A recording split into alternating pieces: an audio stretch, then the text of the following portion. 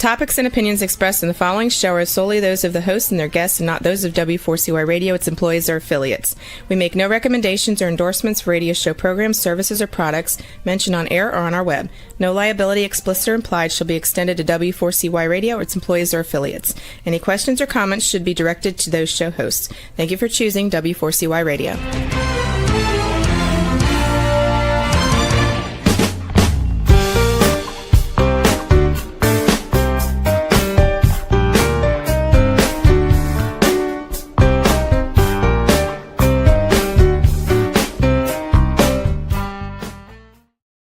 Hello and welcome to the Connected Table Live. We're your hosts, Melanie Young and David Ransom. Your insatiably curious culinary couple. We travel the world to bring you the amazing people we meet, the places we visit, the wines we taste, the foods we eat, and the great cultures that represent our wonderful world. We are going to continue in what I think is our final series on visiting the Emilia-Romagna region where Lambrusco is made. We're going to a very specific area to talk about a style of Lambrusco that we absolutely love, Lambrusco di Sorbara. We actually learned about Lambrusco di Sorbara when we were in Italy, and we did a tasting at the Emilia-Romagna exhibit, and we were blown away. We were blown away by all the styles of Lambrusco. And I think it's important what you're going to get out of this, besides meeting a great producer, is learning what the styles of Lambrusco are and what sets Lambrusco di Sorbara apart and how to enjoy it with food and why you should be drinking it. The winery we're visiting is Cantina Paltrinieri. It's located in the heart of Lambrusco di Sorbara, DOC. It was established in 1926, like many of the producers we met. Yeah. And its signature wine is this drier, crisp, lighter style of Lambrusco di Sorbara. Family run. We'll be speaking with Cecilia Paltrinieri, the daughter of Alberto and Barbara, who are currently running it. They also make some exceptional balsamic vinegar, Aceto di Balsamico, which we tasted and brought back, which we'll also talk about. So we're going to be visiting Cantina Paltrinieri in the heart of Lambrusco di Sorbara, DOC. To get you excited, because right now we're in the tank room behind us, we're going to show you a quick video for all of you who are watching.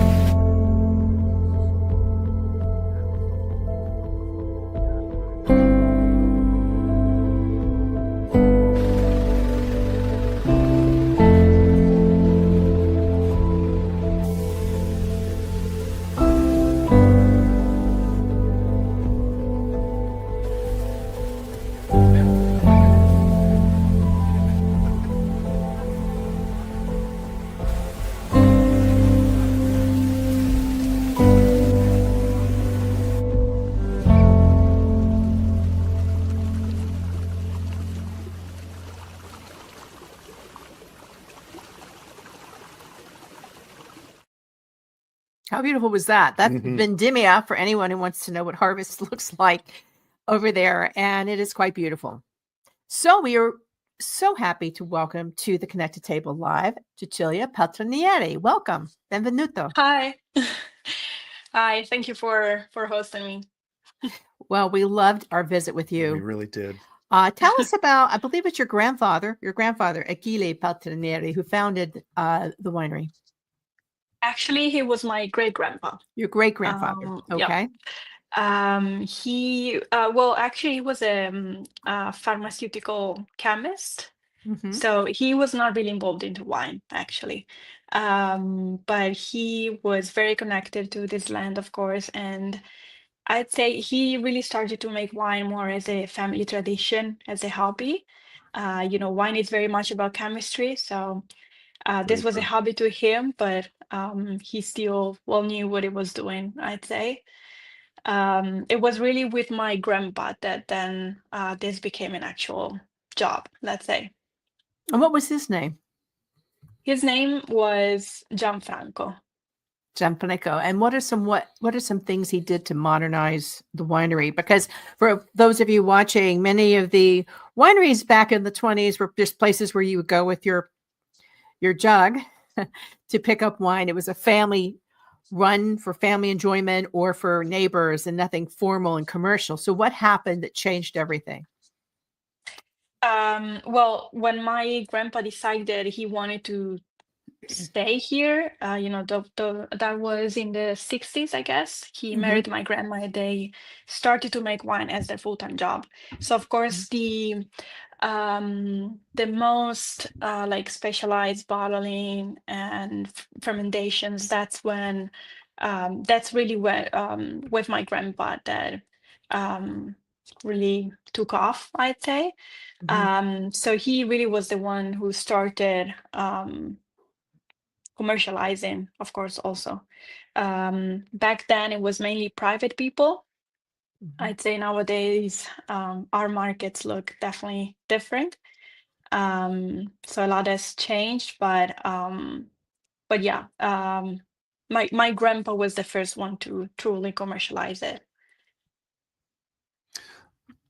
Cecilia, let's talk a little bit about the region of Lambrusco di Sorbara as a region, because Lambrusco for most Americans, I think, is a type of wine, but they really can't distinguish it after that it's Lambrusco. But there's very distinct areas that make Lambrusco, and Sorbara is one of them. What distinguishes where you make wine from some of the others, and why is it so special? Well, first of all, we focus on Lambrusco di Sorbara. And again, as you pointed out, it's a very special grape variety in the Lambrusco family. I'd call it a family, okay? We're talking about a lot of different grape varieties, all having the same last name, Sorbara, but each one has a different first name. So that's what Sorbara would be to us. So we're talking about a very specific grape variety here. And we are located in Sorbara, so that's why we mainly work Sorbara grapes. And Sorbara really can grow on just 1/3 of the province of Modena. So when I say I'm talking about a very specific grape variety, I'm doing that also in terms of the area, as you said. So it's a very specific area that we're talking about. It's the center of the province of Modena. So Modena is basically divided into three main wine regions. The one more top left would be for Lambrusco Salamino. The one in the south, so towards more the hills, would be Graspa Rossa. And then what is more in the middle would be Sorbara, with the center for this area right in Sorbara. I have a question for you. So we talked about Sorbara grape region, name of the winery, style of wine, very defined by its region. Question about Lambrusco Salamino, the variety, Salamino, the region, Sembrino de Lambrusco. How is it different? And we learned that the Salamino grape varieties or vines are actually planted and interspersed with the Sorbara ones for a very specific reason. So let's talk a little bit about Salamino and Sorbara, what distinguishes each, why they need each other, and how they're used. Right. Here we like to use this metaphor of the family, as I told you, okay? Lambrusco being this big family. We often also joke about the fact that Sorbara in this family would be a little bit of the weird kid of the family, the black sheep of the family, because it's the only one that is very light in color and very strong in acidity. These are features that usually, if we're talking about Lambrusco in general, they don't really come to your mind, maybe, if you don't know Sorbara, especially. Because most of the other Lambrusco styles would just give a darker color and not such a strong acidity, and as when we're talking about Sorbara specifically, okay? So of course the color comes from the skin. So in the case for Sorbara, we're talking about a skin that is very thin and almost like translucent. So it really, it's very thin. So when we press the grape to get the juice, we don't really get a lot of color. Salamino instead has a little bit of a thicker skin and just darker. So that, of course, naturally just leads to a little bit darker color. And the other difference is in terms of the acidity.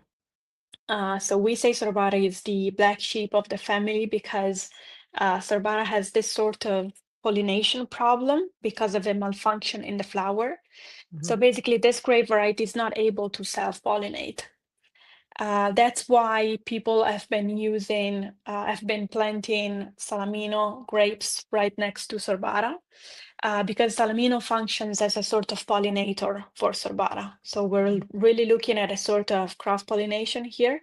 So Salamino just spreads more pollen around, giving a higher chance for Sorbara grape to also get pollinate, well, the flowers.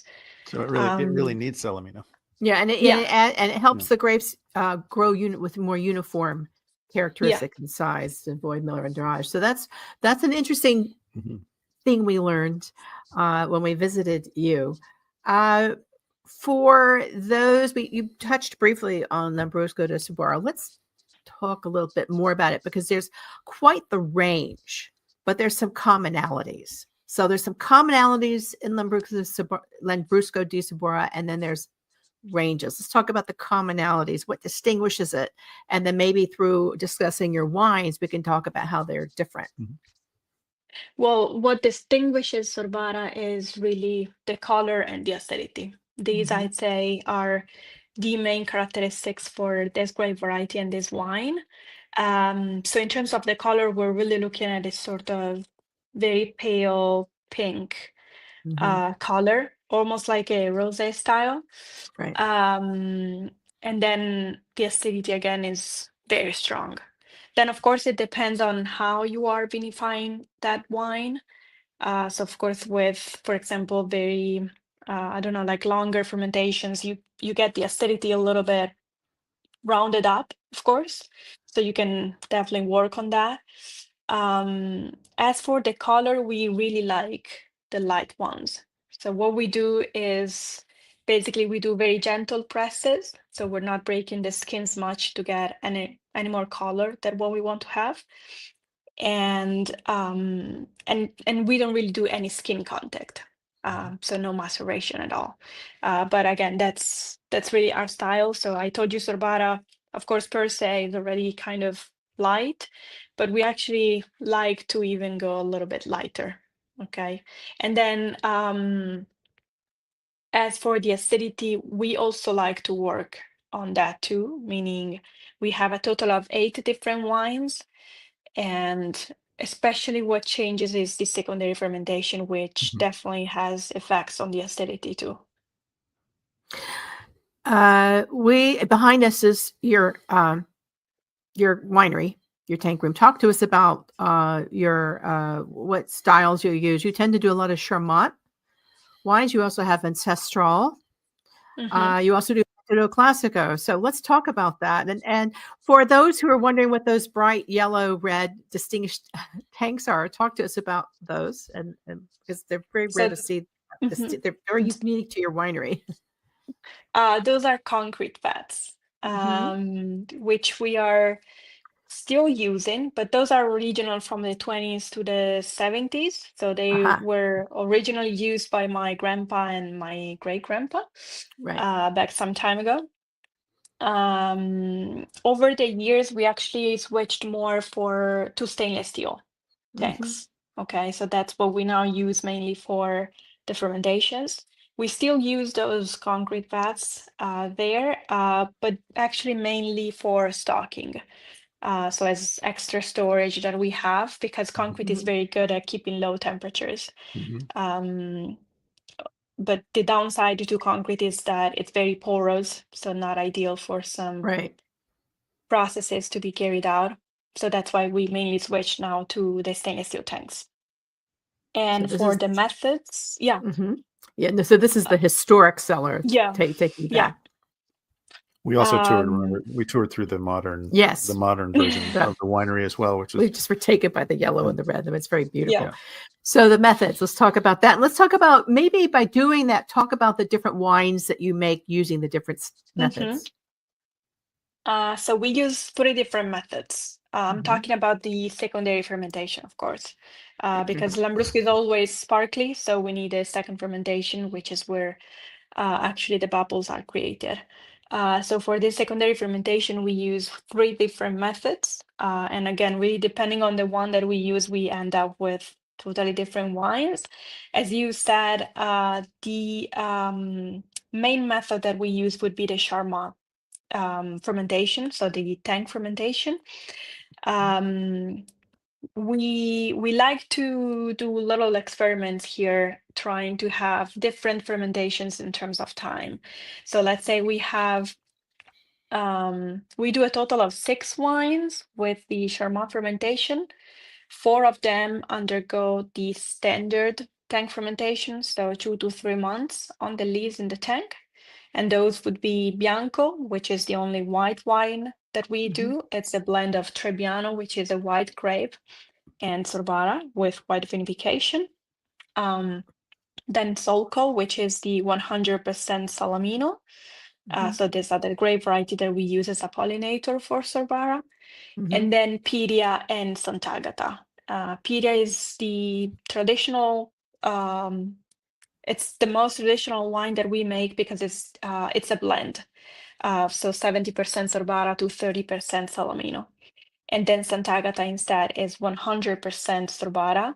Actually, the first wine that we issued in 1998 as a Sorbara 100%. But then we also use the Charmat for longer fermentations. So we have one wine, L'Eclisse, which instead does a longer Charmat fermentation of about 4 to 5 months on the lees, and La Riserva, which instead is 12 months on the lees. And that also is a spumante, so higher pressure in the bottle. This is for the Charmat. Then we have Radice, which is an ancestral, as you said.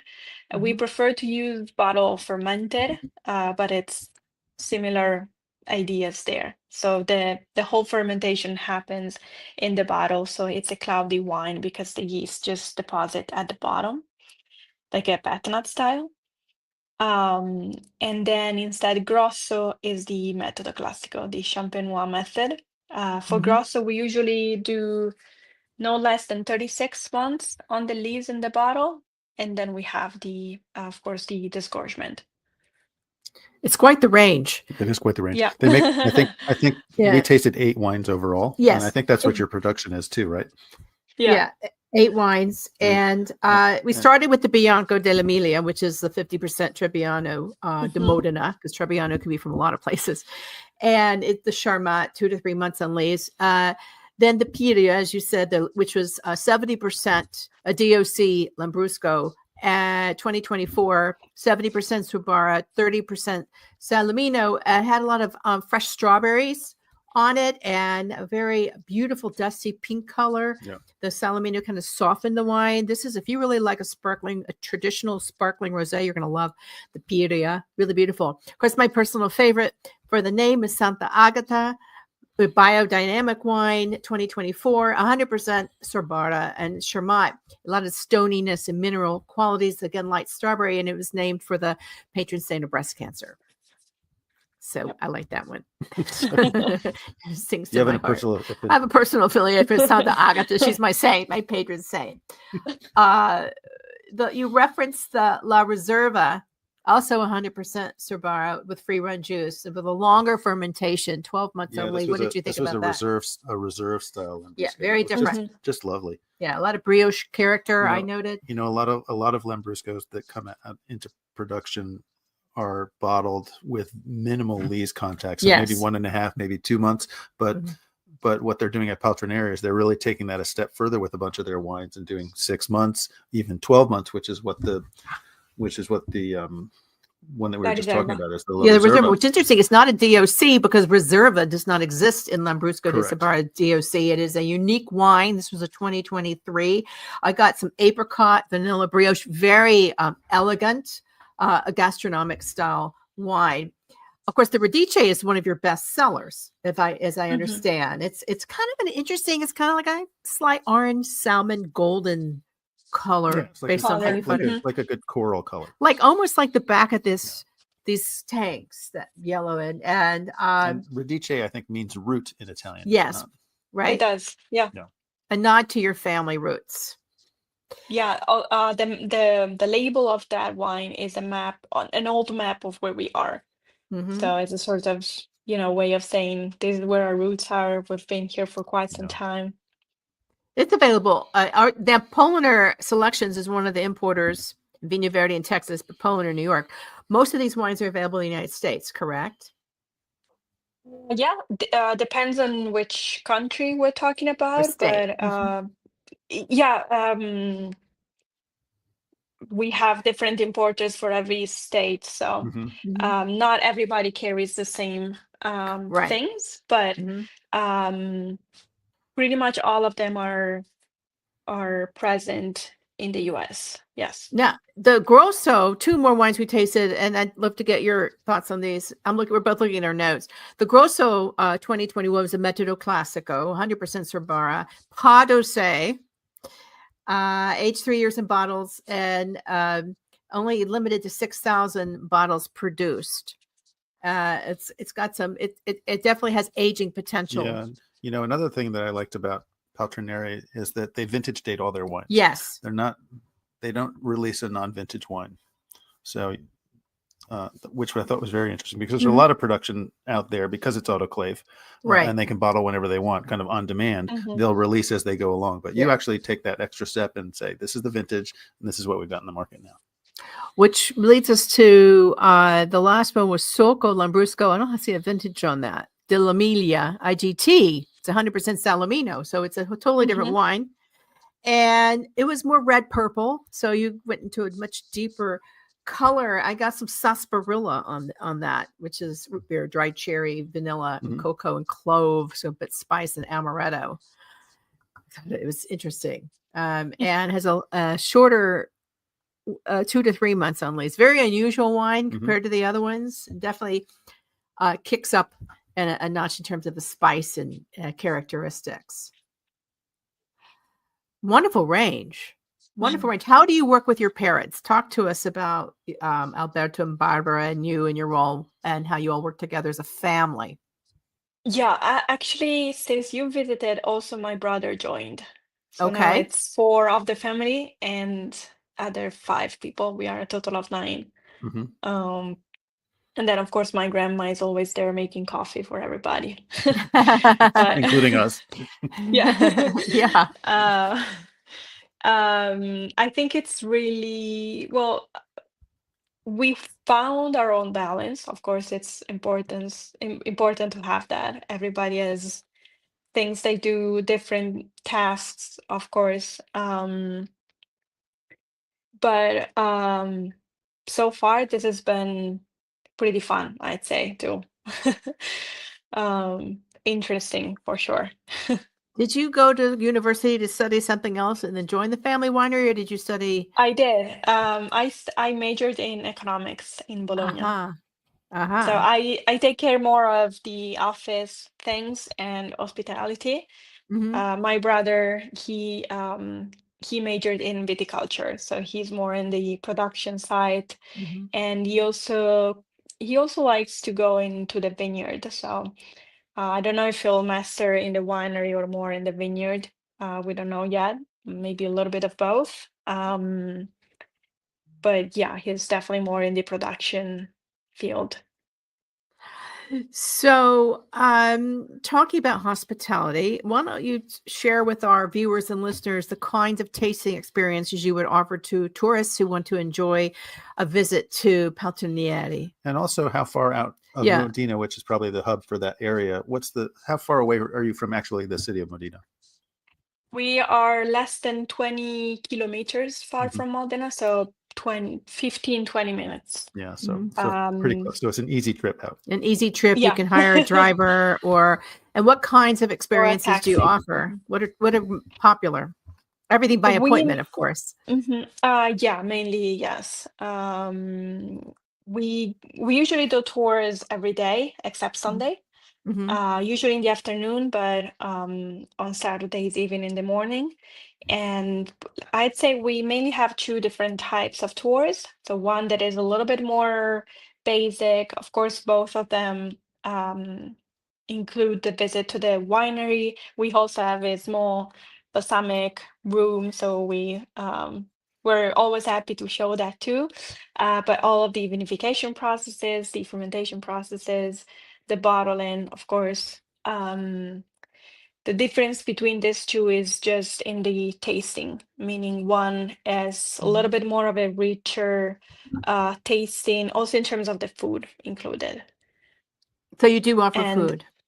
yeah, charcuterie So boards, very local. Yeah. yeah, I think we had some food. Everybody, our Yeah. trip was arranged by the consortium for the region of Lambrusco, so we felt very treated beautifully wherever we went. Grazie per tutti.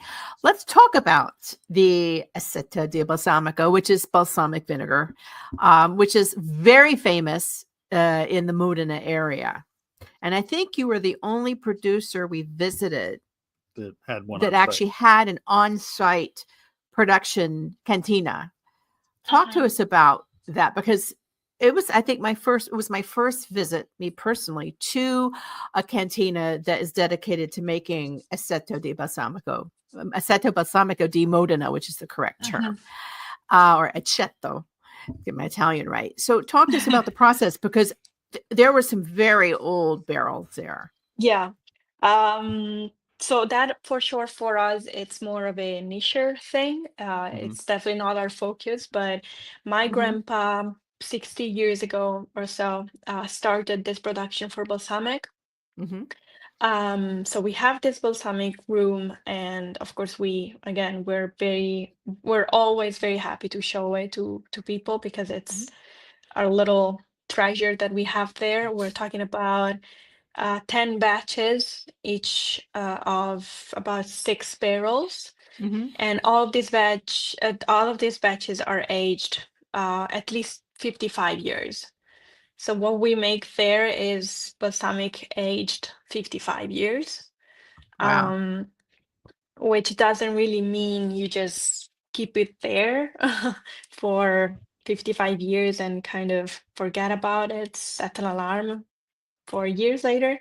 What that really means is that every year you've always pouring the new vintage, kind of like a Solera method for wine. Right.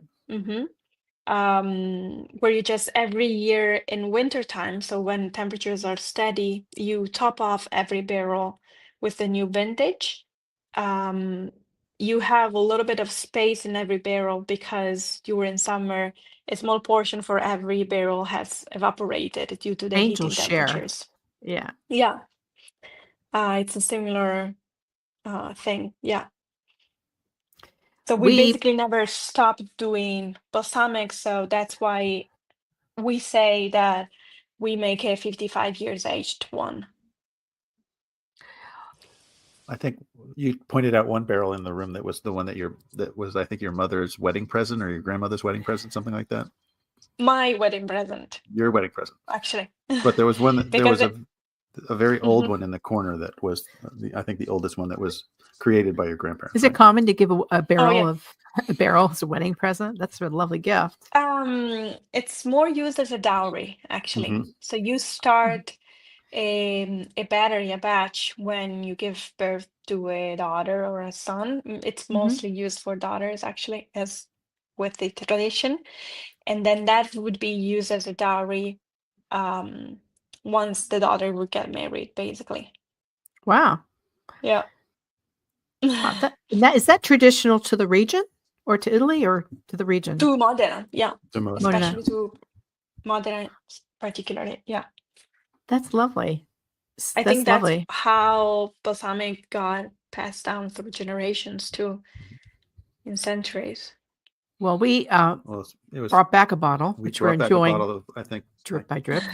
which we've already poured over ice cream and enjoyed. Yeah, our favorite way is to do ice cream or yogurt or anything. It's wonderful, and we encourage everybody to. We did not go on a official tour. I think yours was our only one, but there you can, when you're in Modena, you can actually sign up to do Aceto di Balsamico di Modena tours, and we encourage everyone to consider doing it because this is unique to the area, much like Lambrusco is unique to the area and uniquely Italian. And it's a great gift. I mean, that was the first, when we went to visit with you, I said, we've got to bring back some of this because you can't get it in the United States at the quality level. At the quality level. And the price level. I mean, it's going to be a lot more money here in the United States. It's an amazing gift. And you do have an online shop. Now, if somebody in the United States wants to shop, do you ship to the United States or do you only? We do. Yeah, we do. You do. You do. It's probably best to contact us via email or just online. We have a short form where you can just leave a message on the website. And the website is Cantina Paltrinieri.it. That's easy. Yeah.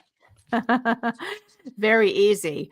Wow. I mean, this is a great gift. And of course, the wines are available throughout the United States. There's also a shop as well. You know, what we learned is when we've been traveling in Italy and probably other EU countries, is there are facilities that will arrange to direct ship to you because many of the wineries we visit, or some of them, don't necessarily have importers and they have direct shipping, which we were surprised to learn. In fact, one winery that we met in Vesuvius, that's all they do.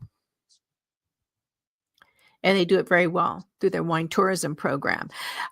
So Cantina Paltrinieri will be celebrating its centennial in 2026. We met Lombardini, which was celebrating, and Bertolani. What are your plans, your family planning? Well, for sure, we'll have a big party here. Kind of like what we did for the 90th anniversary. Lots of people, and we were able to raise some money for charity that time. Oh, so that's nice. wonderful. The idea is to the plan is to do something like that for sure for 2026 as well. And then we're probably thinking about also having smaller events, niche things, probably like very focused on specific things, like a vertical tasting of one of our wines. We usually do those on L'Eclisse or Radice. We did one last year, and we went up to 10 vintages. So you taste the same wine through 10 different vintages. We're definitely thinking about it. Still in process, but thinking about how we'll celebrate. I have in my notes that Paltrinieri has a relationship with an artist, Fabrizio Loschi. Loschi. Loschi, thank you. Remind Jar, remember, what was that all about? Maybe you'll be working with him to do something commemorative. Again, we're thinking about that. But yeah, he's a really good friend of ours, an artist from Modena, so from our place. He did all of our labels. We met him in, I think, 2009. And ever since, we really started this very good friendship, of course, but also a little bit of a collaboration, meaning in time he redid some of our labels and some of others he really drew them by scratch, basically. And he is always the one we turn to for sure first when we have things like that to kind of sort out. And definitely the 2026 plans will feature him as well. I remember when we visited with you, there was a room, a beautiful tasting room, private. I think you were setting it up for somebody important. In fact, you were setting it Oh, up no, because no, your they were, consulting winemaker was yeah, coming in. they were doing the trials. Yeah, to see you were what- doing the trials, and yeah. you were working with Attilio Pagli, right? Our winemaker, yes. Yeah, and he was coming in to do the tastings to Mhm. see where we were with trials, as David said. And the room was set up beautifully, but there was artwork by this artist around the room, and it was stunning. And that's when I took notes in my phone and said, "Ask her about this." Yeah. Well, I'll tell him that you said this. And tell us about Um, your consulting enologist so that we know who mhm. he is, because he's very famous, but many people may know. He is from Empoli, which is a smaller city outside Florence, so Mhm. Tuscany. Um, when we met him, he was mainly actually specialized in still wine and mainly from Tuscany. Uh-huh. Um, my dad had actually tried to talk with him to see if he could work with us too. But for many years, Attilio just he never really said no. He just kind of avoided my dad. Mhm. um, and we thought that that was because he didn't want to, have anything to do with Mhm. Lambrusco and like the bad reputation that sometimes this wine has and things. But eventually, actually, then he actually told us that he kind of avoided my dad because he felt like he knew nothing about bubbles. So he's a very, I don't know, like polite man, and also Mhm. he knows what his strengths are, what his limits are for sure. My dad, though, he wanted to work with him because he knew um, how good of a person he is. Mhm. So that's why he pushed to get a meeting with him. Mhm. And eventually in 2008, we started working together. So Well, good for your it's father for being persistent, yeah, because it looks to be a very important working collaboration. Mhm. And I absolutely. hope the Yeah, trials that day, later that day, people were coming in to taste the wines. I hope they were successful. they were. Yeah, thank you. Yeah. And the harvest this year, how was it? Um, mm, Depends on the points of view. I'd say quality-wise, we're very happy. Okay. We did a little experiment this year.